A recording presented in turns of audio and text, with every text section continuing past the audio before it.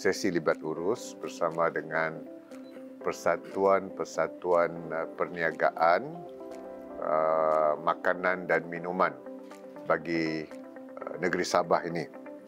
Dan ia merupakan sesi libat urus PPKB Pindaan 2021 yang melibatkan golongan sasar, peniaga makanan dan minuman, khususnya mikro dan kecil bagi negeri Sabah.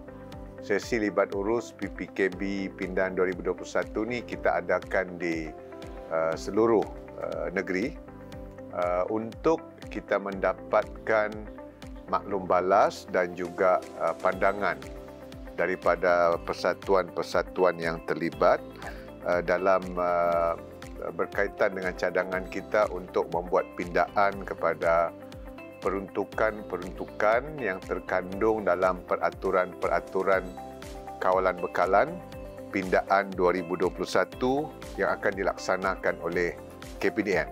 Dan saya ingin menyebut di sini bahawa para peniaga makanan, minuman, kecil dan mikro ini tidak perlu khawatir.